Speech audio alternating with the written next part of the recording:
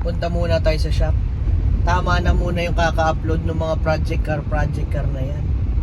Kasi nakakabingi na sa bahay. Nakakabingi na ang katahimikan. Sobrang tahimik na sa bahay. Hindi na ako masyado pinagkakakausap ng asawa ko. Gawa niya Toyota Crown na yan.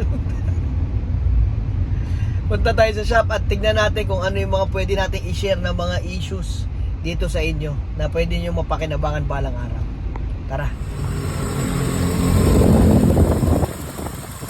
Labas ang usok. Thermostat housing. Ayan o. Gasket. Honda Civic PK 90s. Ayan, overheat. Kita nyo naman saan nanggaling. Punit yung gasket sa thermostat housing. Tapos, recta fan. Wala na yung wire sa thermo switch.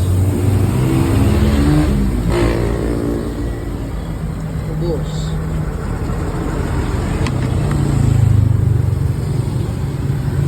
So, kaya yan mag-overheat kasi yung gasket nito punit. Ano?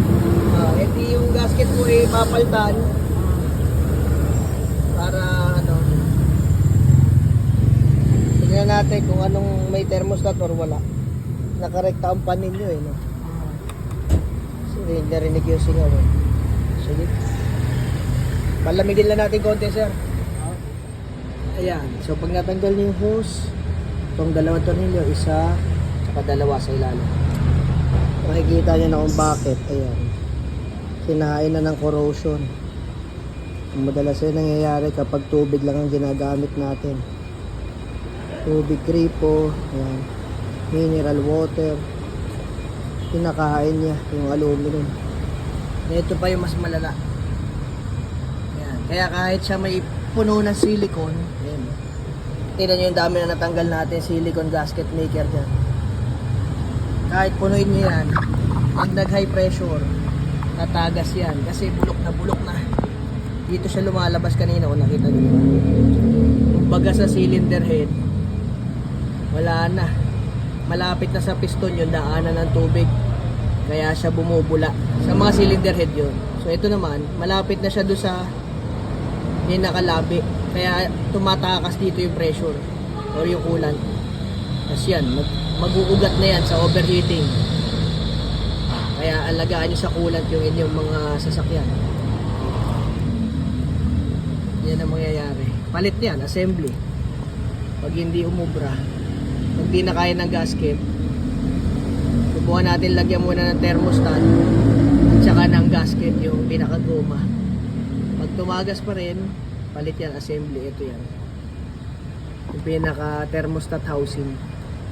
Pero kung kakayanin, be good. Kukut-kutin muna natin itong corrosion na sobrang dami. Okay? Yan. So yung una ay silicone ang ginamit. Hindi na yung tatalab. Kailangan merong gasket. Kasi pag silicone lang, mabilis mapunit yung pag nahigpitan nyo lang. Minsan, lalabas lang yung sa gilid. So maganda yung may papel kayo na gasket na ito. Gawa lang kayo. Pag walang mabili, pwede yung mga ganyan. Minsan folder lang, ubra din. Tapos siya kanila lalagyan silicone sa ibabaw, silicone sa ilalim, tapos kabit. Huwag nyo isasagad yung gupit ng papel kasi yun nga, manipis na nga yung labi niya doon sa kabila. Huwag masyado nyo niliitan yung butas, nilakihan. Hindi na rin niya masisil yung gap. So, itong papel na rin to ang magsisilbing seal kahit pa paano. Ang samantagal dahil walang mabibilang dito ng assembly nitong thermostat housing.